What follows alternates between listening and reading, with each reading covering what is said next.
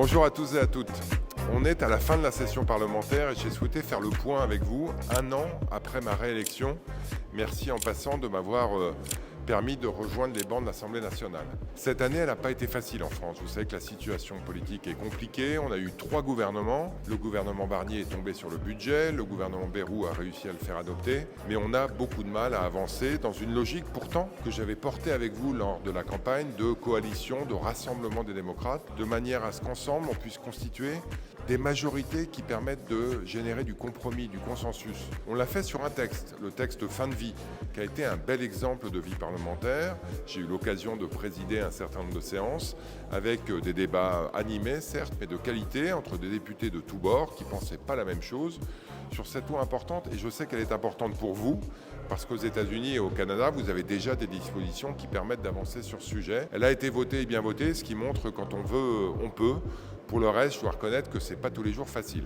Alors, il n'y a pas qu'en France que la situation est compliquée. Évidemment, aux États-Unis, Donald Trump a été réélu en novembre dernier et il a depuis mis en œuvre des stratégies dans tous les sens, tous azimuts, pour notamment mettre en danger la démocratie américaine, il faut le dire, avec un combat de titans entre les différents pouvoirs médiatiques, dont une bonne partie est aux mains des oligarques, mais aussi judiciaire, avec la Cour suprême qui affaiblit le pouvoir judiciaire face à l'exécutif. Je sais que c'est difficile pour vous au quotidien, avec des inquiétudes sur la mobilité, des inquiétudes sur les visas, des inquiétudes pour les étudiants, même si les visas ont été réouverts pour les étudiants français allant en Amérique du Nord, l'examen des réseaux sociaux, l'examen des prises de position.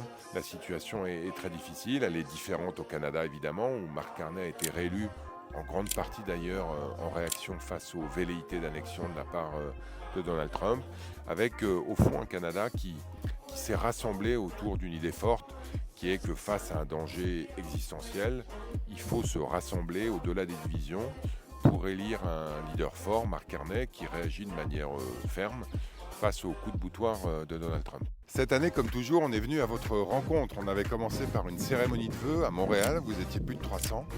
On était allé à Los Angeles voir nos compatriotes qui avaient été touchés par les incendies, à Sherbrooke, avec une grosse thématique autour de l'intelligence artificielle et tant d'autres lieux. On continue.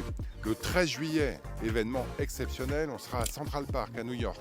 Un concert avec Patrick Bruel, Big Flo et Oli et Bob Sinclair. Le 14, on sera à Toronto, là aussi pour célébrer la fête nationale. Puis on sera à Ottawa, on sera à Montréal. Juste à la fin de l'été, on ira à Phoenix, à Denver, à Halifax, à Calgary. Bref, on va continuer à venir vous voir pour vous écouter, vous entendre sur les défis majeurs auxquels vous faites face. On a traité des dizaines de dossiers administratifs, notamment des demandes de visa, des enjeux de retraite, etc. Vous êtes inquiets, et je le comprends par la situation, et nous, on est à votre service. Alors ici, je le répète, la session se termine, mais l'été commence. Et avant tout, je vous souhaite un très bel été.